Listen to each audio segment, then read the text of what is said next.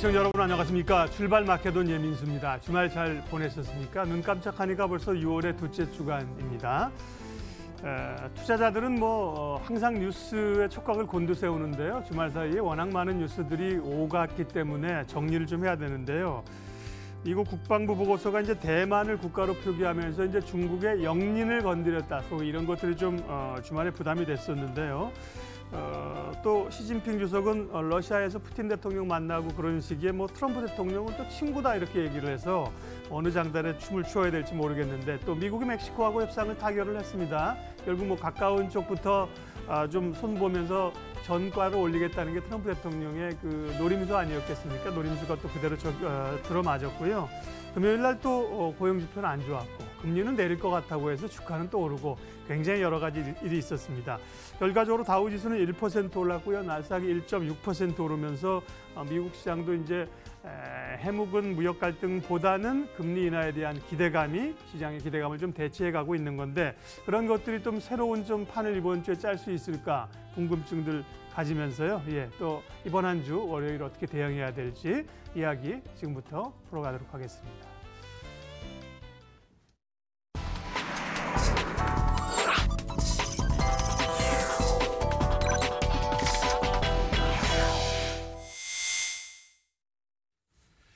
매주 월요일 장용혁의 마켓 시그널입니다. 한국투자증권 법인금융센터 장용혁 팀장님 시각을 듣는 날이죠. 팀장님 어서 오십시오. 네, 안녕하세요. 예.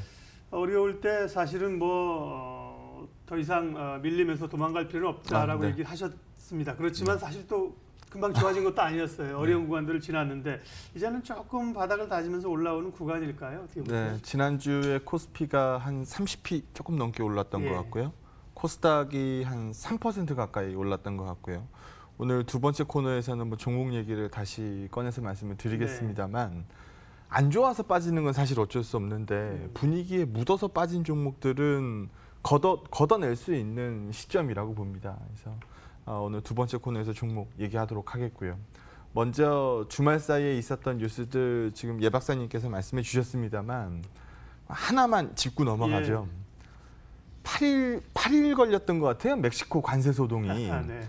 그러니까 제가 이전에 방송에서 타노스, 트럼프 그 페이지도 제가 사진을 하나 보여드렸었는데 마치 손가락 한번 튕기면은 시장을 다 엎을 수 있는 것처럼 보이는 시장이었습니다만 절대 그렇지 않다라고 말씀드렸어요.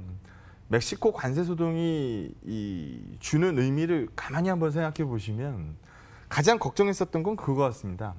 확전이었던 것 같아요. 그러니까 중국과의 무역 전쟁이 이렇게 막 올라오고 있는 상황에서 유럽 건드리고 멕시코 건드리고 그러면은 사실 글로벌리하게 봤을 때 생산 지표들, 성장 전망치들 떨어질 거거든요. 그 부분에 대한 우려들이 굉장히 컸을 겁니다. 사실 그거를 부인하기는 사실 어렵죠. 게다가 또 5월서부터 시장이 또 약해지다 보니까 거봐 세린메이가 맞잖아 라는 얘기가 또 덧붙었을 거고요.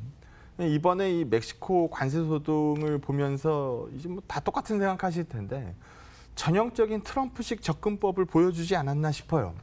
일단 쪼고 거기서 굽히면 승리를 쟁취하고 사실 힘의 논리가 사실 정글에서 나와야 되는데 이렇게 국가 통상에서 나오면 사실 문제가 좀 있죠. 그래서 그런 부분들에 대한 우려 없지 않았을 겁니다. 하지만 상당 부분 우리가 시장에서 반영을 해왔었던 상황이기 때문에 2000p에 가까워진 그 자리에서 이러니까 지금이라도 팔아야 됩니다. 라는 얘기를 펴기 어려웠었다라고 말씀드리는 거고요.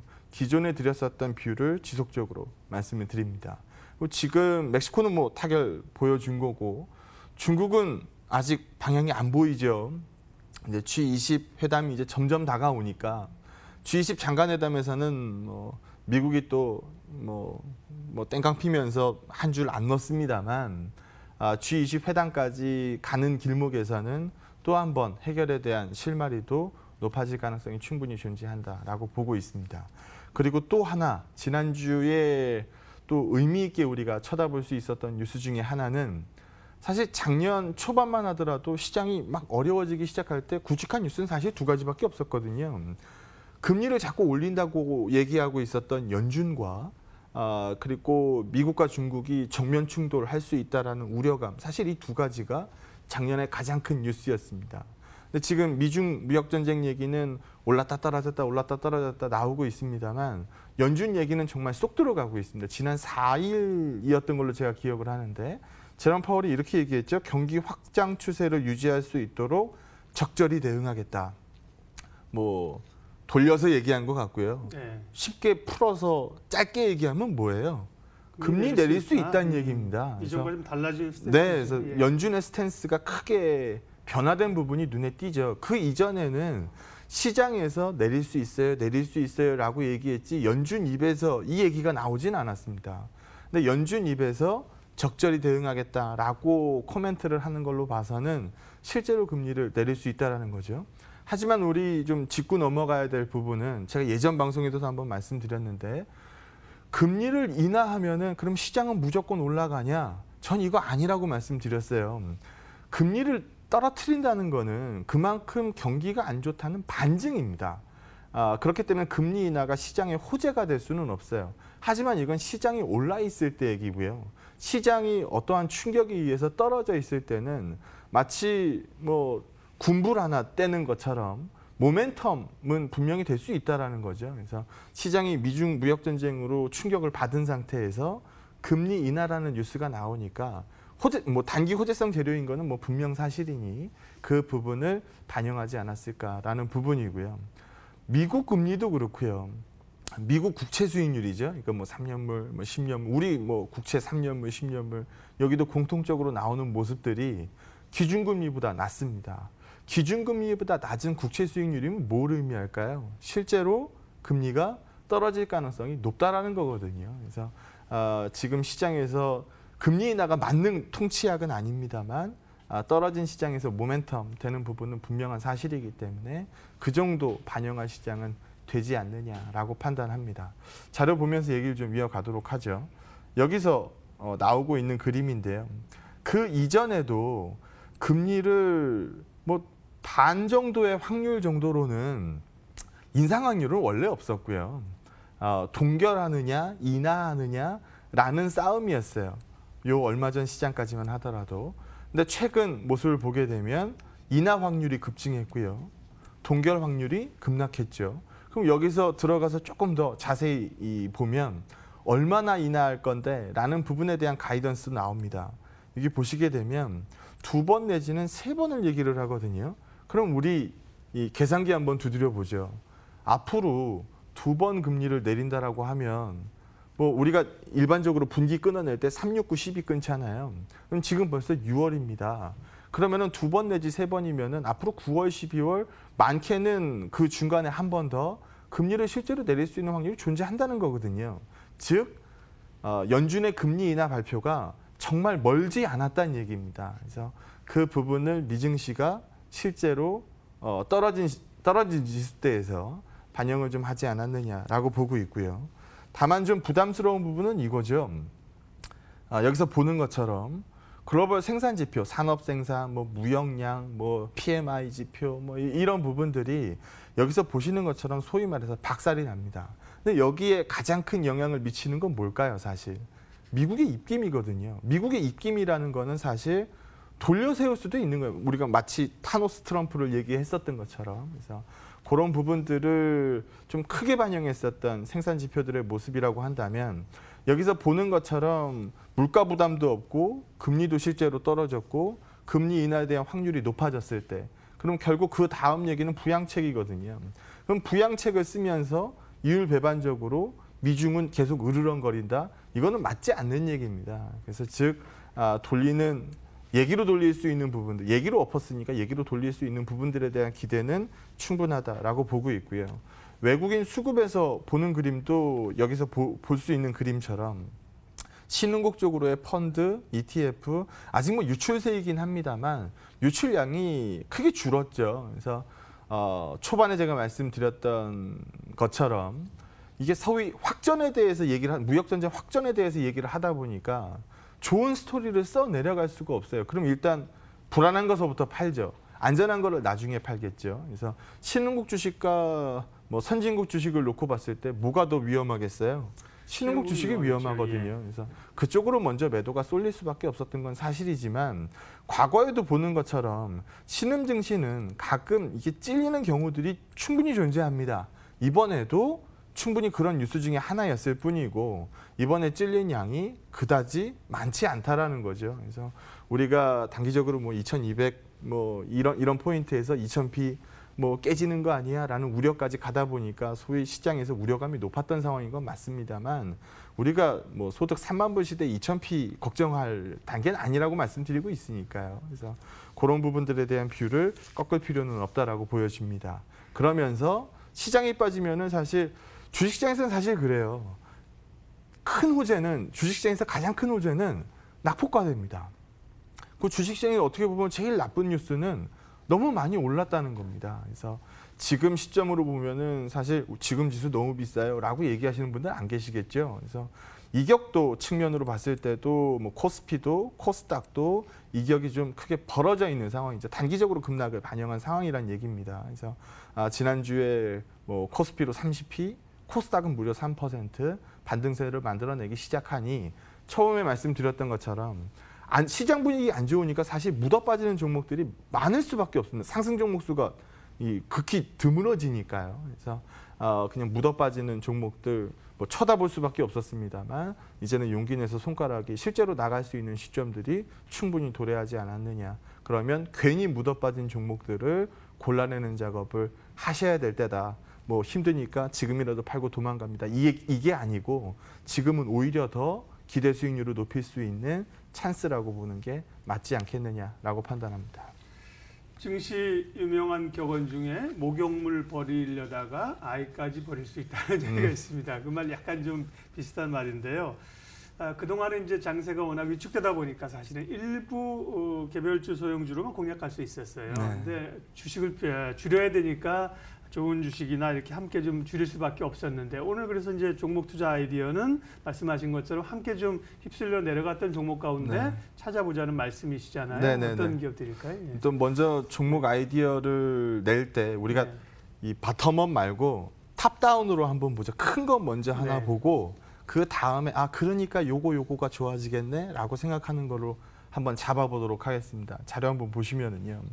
아까 전에도 잠깐 말씀을 드렸는데 우리 지금 기준금리보다 국채 수익률이 낮아요. 즉 우리 지금 금리 올릴 거야라고 보시는 분들 한 분도 안 계시죠. 지난 금통위에서는 소수 의견이 나왔습니다. 이 소수 의견이 늘게 되면 실제로 금리가 빠지는 거고요. 그래서 지금 이 그림에서도 쳐다볼 수 있는 것처럼 우리 대표적인 이 성적표라고 볼 수 있는 수출 지표 지난 5월 수출이 YOY 값으로 9.4% 줄었어요. 그러니까 뉴스 나오고 있는 거는 뭐 반도체 가격이 빠져서 뭐 우짜우짜 이렇게 얘기합니다. 여기 한번 보시게 되면 수출 금액이 좀 많이 빠졌습니다만 물량값으로 봤을 때는 아직 안 죽었어요. 그래서 뭐 로스가 심각하게 나오거나 그러지 않습니다. 그러니까 우리 지금 수출 수출 금액이 빠진 건 반도체 가격이 워낙 많이 빠졌기 때문에 반도체에 대한 비중이 높았던 상황에서 반도체 가격이 빠지니까 뭐 그 부분만큼 사실 불리하게 나올 수밖에 없는 건 사실인데 물량값이 빠지지 않더라는 거죠. 그래서 우리가 소위 말해서 수출 대표적인 성적표인데 안 좋고 우리 뭐 국내 경기 우리가 여기서 정치 얘기할 필요는 없습니다만 뭐 지금 국내 경기 너무 좋아요라고 얘기하시는 분들 안 계실 거 아닙니까? 그럼 거기에 또 적당히 대응하는 걸로 금통위에서 소수 의견이 나온 거니까 그런 의미겠죠. 그래서 실제로 금리가 빠질 수 있다라고 봅니다. 그러면 금리가 빠진다는 측면을 한번 생각해 보죠. 예를 들어서 고멀티플 종목이 있어요. 고멀티플 종목은 뭐 때문에 고멀티플을 받죠? 왜 하이퍼 밸류를 받는 애들은 왜 높은 밸류에이션을 받을까요? 성장성이 높기 때문에 받는 겁니다. 그럼 성장성이라는 건 뭐예요? 지금 현재는 돈을 못 벌지만 뭐 몇 년 후에 뭐 어느 정도 시점 이후에 이 정도 돈을 벌 거야. 이 정도 돈을 벌 거니까 지금 가치로 할인을 해서 보면은 이 정도 가치가 됩니다. 그러니까 지금 뭐 이거 사야 됩니다. 이렇게 얘기하죠. 그럼 소위 할인율을 계산할 때 분모값에 들어가는 게 뭐예요? 뭘로 할인해요? 금리로 할인을 합니다. 그러면 할인하는 값이 커지는 거랑 할인하는 값이 작아지는 거랑 뭐 어떤 게 유리하겠어요? 작아지는 게 네, 유리하죠. 작아지는 게 그렇죠? 유리하죠. 그럼 금리가 떨어진다는 얘기는 성장 주식에 대한 할인율 값이 떨어진다는 의미입니다. 그러면 금리가 떨어진다는 얘기는 성장주에 대한 뭐 니즈가 더 높아진다는 거고요. 금리가 떨어진다는 거는 그만큼 저성장을 얘기하는 건데 안 좋으니까 금리를 떨어뜨린 거잖아요. 그만큼 저성장이라는 건데 성장주에 대한 목마름은 점점 더 심해질 거 아닙니까? 그래서 금리가 떨어지는 시점, 뭐 이런 분위기에서는 사실 중소형주들의 시세가 나쁘지 않습니다. 그래서 종목을 좀 이 사이즈 다운, 뭐 작은 종목들 쪽에서 한번 골라봤고요. 아까 전에도 얘기했던 것처럼 묻어서 빠진 종목들 위주로 한번 골라봤습니다. 먼저 첫 번째 종목은요. 사실 저 이거 실적 보고 깜짝 놀랐는데 파라다이스가 저는 지난번에 한 18,000원 정도였을 때 한번 말씀드린 이 정도면 네, 충분하다. 이게 16,000원대까지 떨어지다고 이번에. 그래서 뭐 전형적으로 묻어 빠진 거죠. 원래 쌌는데 이번에 묻어 빠질 때 분위기를 대략 설명을 드리면 미국하고 중국하고 하웨이 가지고 한판 붙었다 이겁니다. 그러면 소위 말해가지고 중국이 이렇게 얘기하는 거예요. 헤이 삼성전자 어느 쪽에 쓸 거요? 라고 얘기하는 거죠. 그럼 우리는 대답을 못하는 거예요. 엄마가 좋아, 아빠가 좋아 물어보는 거랑 똑같거든요. 그래서 그 부분에서 고민하고 있는 찰나에 그럼 우리가 과거에도 중국한테 목리 부리는 거 여러 번 당해봤잖아요. 그럼 또 중국인 관광객 또 어쩌면 좋죠? 라는 얘기가 나왔을 거고 또 두 번째는 중국 주식이 빠지다 보니까 마카오에 있는 카지노 주식들이 빠졌습니다. 그러다 보니까 수급적으로 봤을 때는 뭐 마카오에 있는 이 카지노 주식들이 빠지다 보니 한국 카지노보다는 많이 빠진 마카오 카지노를 사는 게 낫겠네라는 뭐 차익거래도 충분히 일어났을 수 있을 거고요. 그래서 더 빠지더라고요. 근데 5월 실적 나온 걸 보니까 이 드러백이라는 건 말 그대로 내가 게임하려고 칩으로 바꾼 돈이죠. 뭐 사실 카지노로 봤을 때는 매출액 같은 겁니다. 근데 YOY 값으로 봤을 때 28%. 홀드율은 칩으로 바꾼 거 다시 나한테 되돌아와서 소위 말해서 이익으로 남기는 것들이죠. 그래서 그건 9%로 안정세 나오고 있는 상황이고요. 방문객이라는 거는 소위 말해서 이 드롭을 이제 환전할 수 있는 칩으로 바꿀 수 있는 애들이 얼마만큼 많이 왔느냐를 볼 수 있는 지표잖아요. YOY 값으로 21% 증가했더라는 겁니다.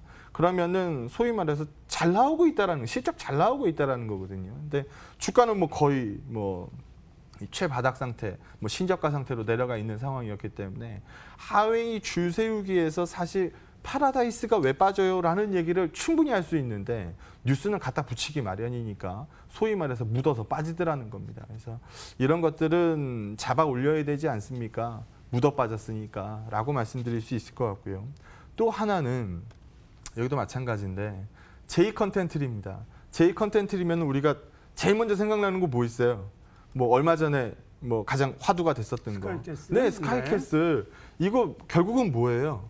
IP 판매 수익이거든요. 그러면은 뭐 중국이 우리하고 뭐 벌어지고 뭐하고 하면은 한국에 대한 뭐 반한류 감정이 뭐 웃자웃자 뭐 얘기 나오면서 IP 판매가 뭐 줄 수 있고 뭐 이런 얘기들로 뉴스를 싸면 얼마든지 포장을 할 수 있습니다.